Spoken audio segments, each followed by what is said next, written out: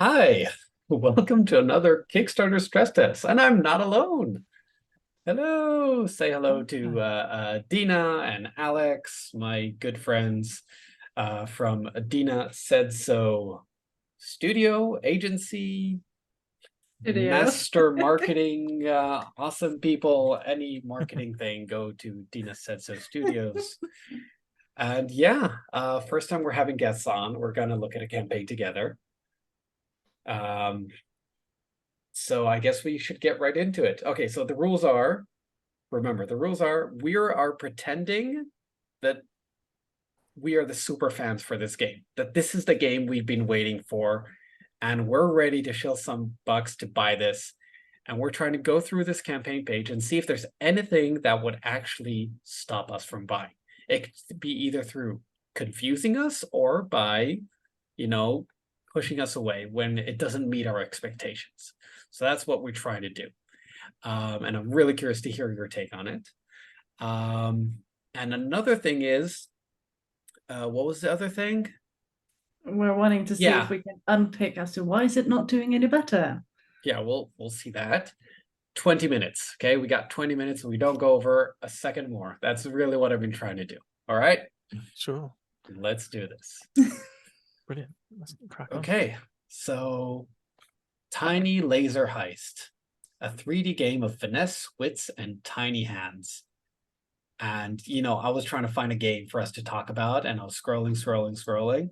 And this game just caught my eye because this is something I have never seen before. And I think that's one of the unique things about that you look for in Kickstarters is something that you've never seen before. So It's a very strong first image. I like how this one sort of looks kind of similar to Tiny Theater in terms of like the setup of the picture with like there being like a giant black box in the middle. And I like the box is very similar to this previous campaign called Tiny Theater, where you're basically doing like a little theater box. But here you're interacting with something inside in a very different sort of cooperative way, which I think is really interesting. So obviously for people who are watching a lot of Kickstarter campaigns, they're like, sort of looks familiar, but it's used completely different. another thing that I like is you can immediately tell if you would like this game or not. It's like, you can see it's dexterity based. You can see that it's meant for more casual gamers. You're not gonna, play a Euro game after this one or something like that. Let's look at the subtitle. An awkwardly cooperative heist game. Steal jewels with tiny hands, backstab your opponents, don't hit the lasers. What do you think Yeah, about that? that's intriguing to me. So with lots of heist games, you always find there can be a cooperative element and also a competitive element.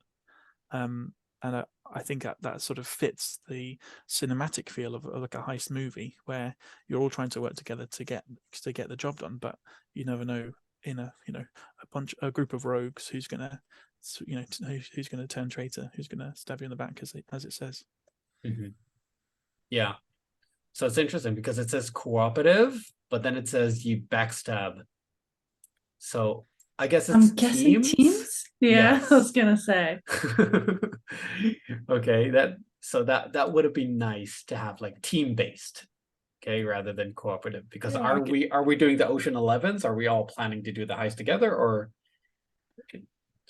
I'm expecting a situation where you maybe have a role at the start of the game, and maybe one of you is an undercover cop, and you have to accidentally set off a laser at some point, or like hinder the heist interesting? enough that people get caught.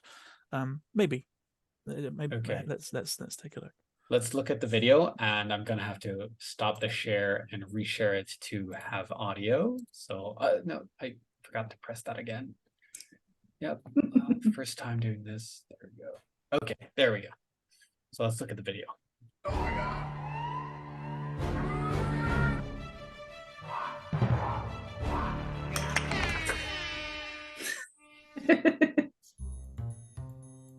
Is it rigged to make that sound? And this That'll is be Tiny funny. Laser Heist. We make some other games like Ransom Notes and Abduction. Okay, But to that's us, good. heists are the ultimate game. From daring missions to plans just crazy enough to work, we think they're awesome. That's why we made Tiny Laser Heist, a 3D heist game where you out-negotiate your opponents and steal stuff with tiny hands. When designing this game, we quickly realized that to do this right, it needed to be a lot more than just cards and a board. So, you'll be robbing jewels from a 3-dimensional miniature museum. Nice. They're guarded by stacks of color-coded padlocks, and you'll need the right keys to unlock them. Also, there's a bunch of lasers. Try not to set them off. Tiny Laser Heist is a lot more than just dexterity. Winning requires expert planning, negotiation, and deceiving your opponents. Each round, a new person is the mastermind, and they'll recruit their heist team based on the skill cards they have and negotiate. Okay, I want to pause here for a sec because I don't want to pause it. I want to continue watching, which is a good thing. We crossed the minute mark. I'm still interested. Okay, because it shows me it's more than just a silly dexterity game. And that was surprising. We did not expect that. The downside I see is the ridiculous amount of time it takes to set up. Yeah. It was definitely sped up the time to Yes. assemble all of the connecting parts, but I guess to keep things cost effective, it has to be very modular. But Yeah. I'm But guessing maybe there's like pictures with different various setups and like ways to string the lasers. Mhm. Seems I like love a that. bit. I love that there's a beer glass here. It shows you like how you're supposed to actually play this. just have to watch out for a pretzel now. Mm. For the heist they're willing to work for. Harder heists are worth more money, but no one gets paid if you fail. Whoever walks away with the most cash at the end wins. You'll have 90 seconds to pull off your heist. If the time runs out, you can't stack the padlocks, or you trigger a laser, your mission fails. After each successful heist, more padlocks and lasers get added, meaning the heist reward gets bigger, but the game gets harder. Come on, hurry!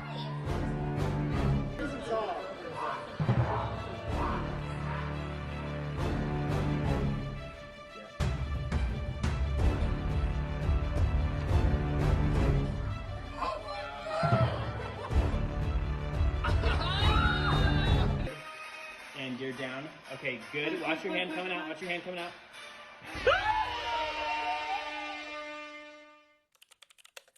Ugh. Hi, we're Evan and Josh. Normally, a game like Tiny Laser Heist wouldn't get made. It's too big, and the components are too elaborate.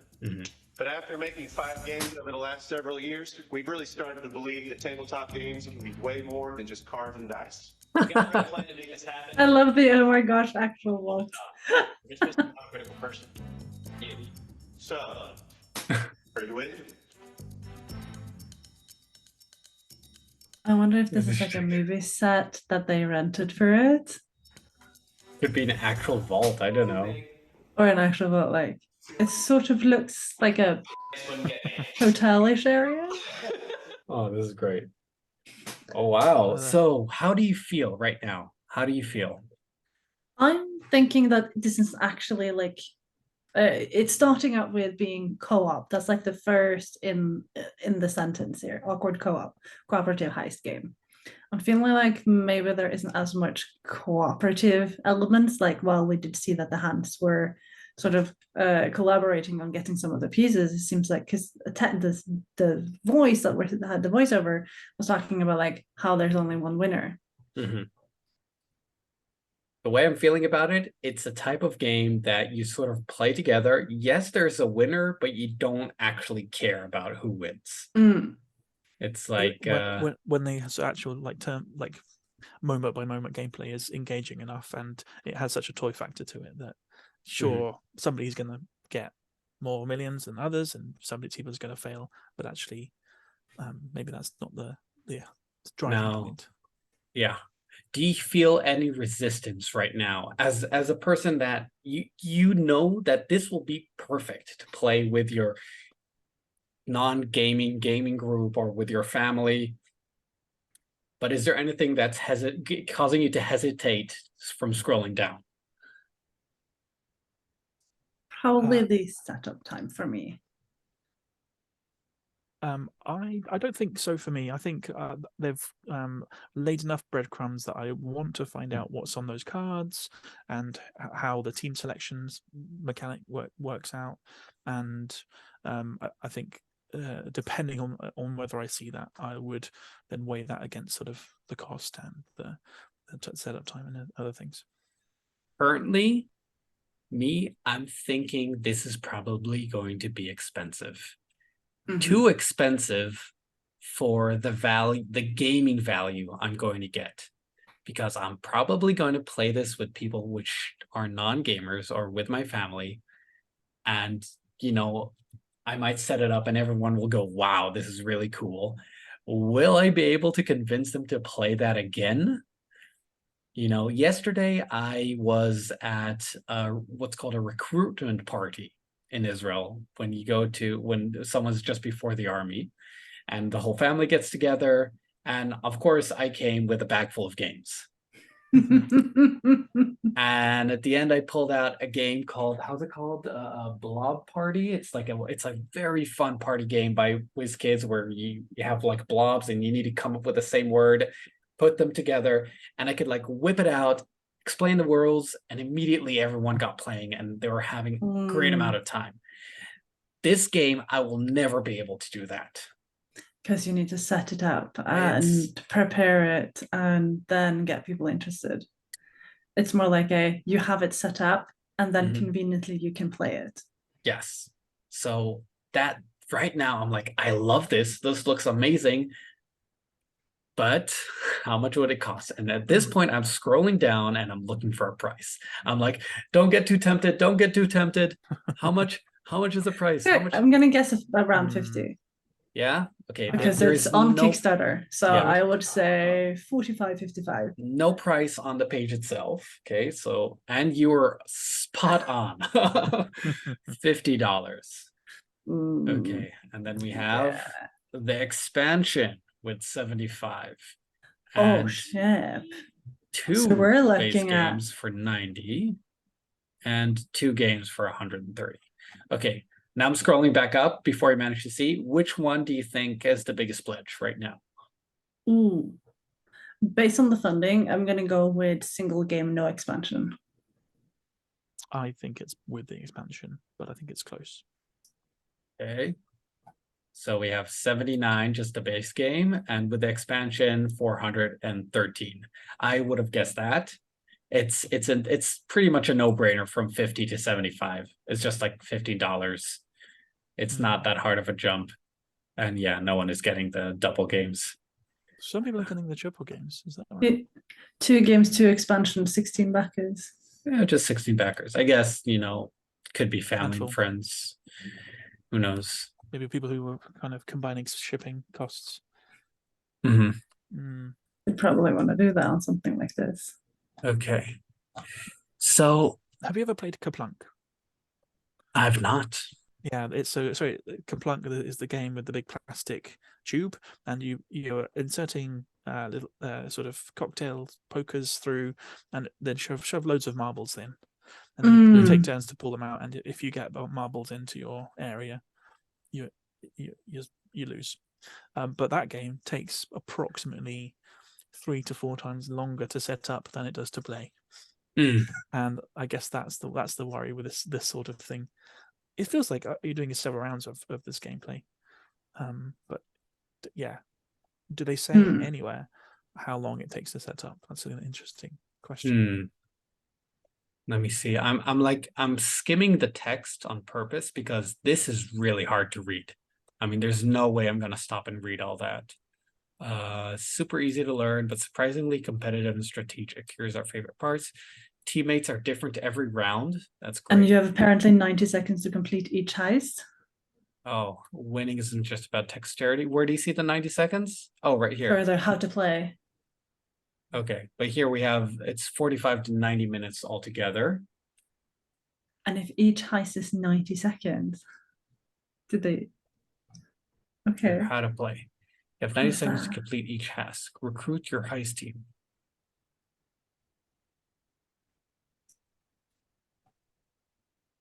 And then pull off your heist. And again, it says a heist team has 90 seconds. So the thing is, you need to be a fan of a few things. And I think this is one of the problems. You need to be a fan of dexterity games. time-based games, timer games, because that is another niche audience. Real time can be really hard to pull off on Kickstarter. It is the most sort of disliked when it comes in this industry, except from like looks like Monopoly. Monopoly doesn't have timers. No, but like things that looks like Monopoly. I see. In terms of like visual. Most hated. Yeah. Yeah. I didn't get that. Bottom up. So yeah, it's like difficult to get off. Yeah. Yeah, you have a few like audiences which you need to super niche down into and make sure that they find this campaign. So now and like now you have all the power-ups and money and like great stuff. They have also a soundtrack, which is awesome.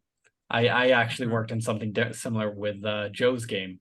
Joe Slack, he made also a real-time game, and that also had a harder time because the real-time aspect is sometimes it's not the mentality you want to have game night on.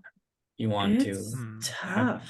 Have time to think and have time to enjoy yourself, make mistakes, but sometimes people really like the thrill of that. I think for me, the game comes across really toy-like. It's very colorful, it's plasticky, and I think it's obviously intended probably for families. So I think probably they can.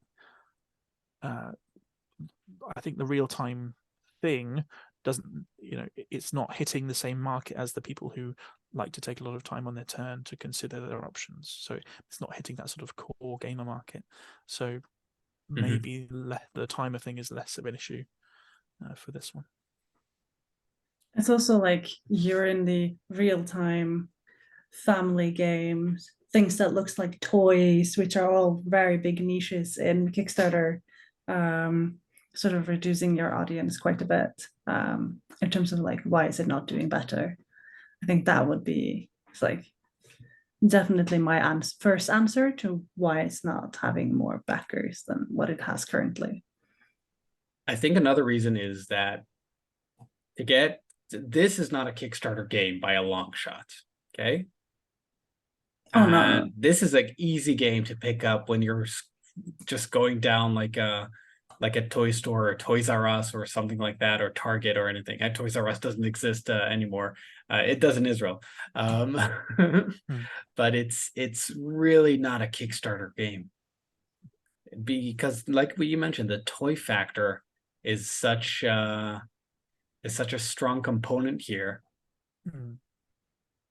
And I could see this easily going on the shelf together with all those crazy like set up the cups games and don't wake up the cat and those types of crazy games with lots of plastic. They're not very complicated. And this one is just like, it's not for kids. So it's not for kids. It has that added element. So I think they really just had a hard time figuring out how to tell us that this is the game for us, like finding that super fan for this game.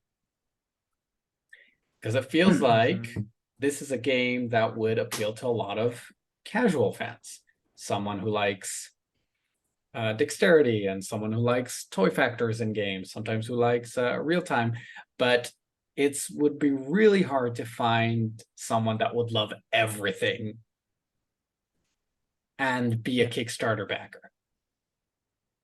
And be a Kickstarter. They do have a very large section further down on their campaign page that goes through if you're new to Kickstarter. Yeah. Explaining all the steps of how it operates. I mean, if you're spending this much space on your campaign, that maybe launching a Kickstarter isn't necessarily like, it seems that they're understanding that their audience isn't Kickstarter backers already. So they're spending time on education and getting conversion from people where you're on the campaign page is doing the education of what is a Kickstarter is usually like a warning sign to me that this audience is not going to be natively on this platform and they're not going to convert during because they're going to think that they're going to be able to pick it up in retail.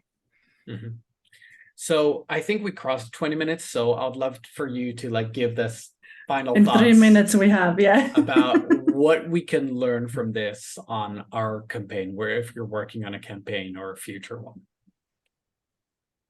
Let's start with Dina. I think being very clear as to what your audience is. If in this case we see that they're not Kickstarter backers, do that education part early on through your newsletter functions rather than on the page itself. Make sure that they know what they're going into before they even make it here, because you need to make sure that they know all the things that they need to in order to drive those conversions, especially when you're working on like a niche within a niche within a niche. Getting that audience is obviously going to take a lot of time, and making sure that you have the time to build your audience before launching. Also, now I'm looking at like it's 500 backers on day one. It's not bad.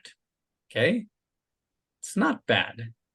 I'm just wondering, why isn't it funding any higher than this? I think maybe it's the ticket price. I think, you know, for dexterity games, for real-time games, for sort of party-ish games, I think $50 is quite a lot. I think, you know, when we're talking about this is something that you could go down the aisle of Target or whatever and pick off the shelf. I don't think Target would touch it at $50. And I think the market would expect something like this sort of level of experience to be more towards 30. And obviously they have their $10,000 goal means that they're doing a short print run.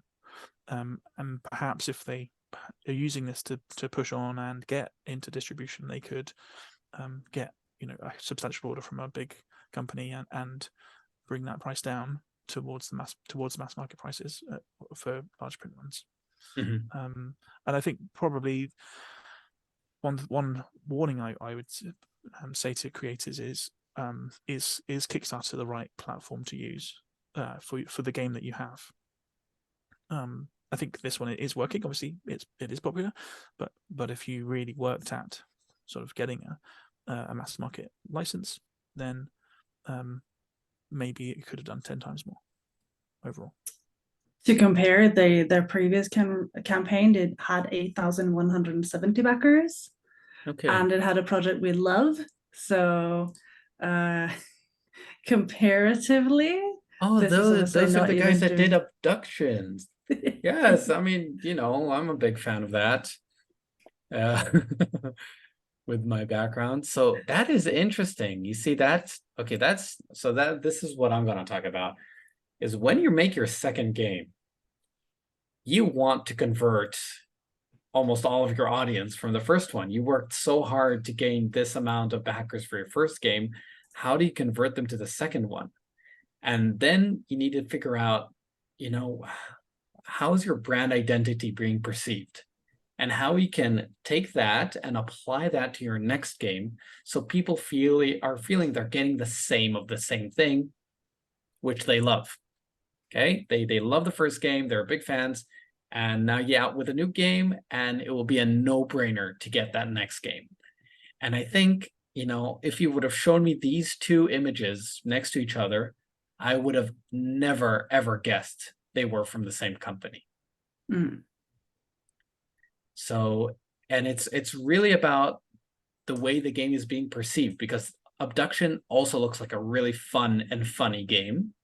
And it has all those weird quirks to it, a weirdly strategic duck kidnapping game. And here they have an awkwardly cooperative heist game. So they do have that branding. Okay. And it's just not coming through in the graphic design. And I think that is something that if they would have put a little bit more thought into, making it feel like it's the same line of the same company, the same line of games, they might have gotten a better conversion rate from the first campaign to the next. I do love the cover image. I think it sort of almost perfectly tells you the experience you'll be getting. You know, if as you go through the page, it's like, yeah, let's encapsulate the moment of fun. You're with your friends. You're playing this sort of very tactile dexterity game. So I can understand why they've chosen to splash the image across the actual play. because it's really effective at communicating that. Yep, I think they could still use this image, but maybe, use some of the same colors or something. Mhm. You still want to feel like it's the same company. And we could look also at the campaign pages itself. But yeah, I mean, overall, I think this is a great idea. I think this is a great idea, and I hope to somehow play this one day because it actually looks kind of fun. I love the idea of the lasers like snapping back. I think that's really fun. Mhm. Absolutely. I don't see a replay value though. That's something that, right? Yeah, maybe this Uh, is for like people who run game clubs and they want to get it for their game club library. Everybody can pitch That in. would make sense. Yeah. for it. All right. So thank you for joining me. And I guess Dina, do you want to what I guess you do? Do you plug in where people can find you at? I mean, you can find me and Alex on dinasaidsostudio.com, where we do all of the stuff that people need in regards to Kickstarter campaigns. We have a full-time editor who helps people make these sort of sentences better. And we make Kickstarter pages, as well as all the marketing and social media that's involved around it. And occasionally we shoot live action videos for campaigners as well. That is awesome. All right. I think we overshot the 20 minutes, so I'll see if I'll edit this down. And if not, deal with it. It was the first time we had guests. All right. Thank you so much for joining. Thank you. Thank you all for watching. Bye-bye. Recording.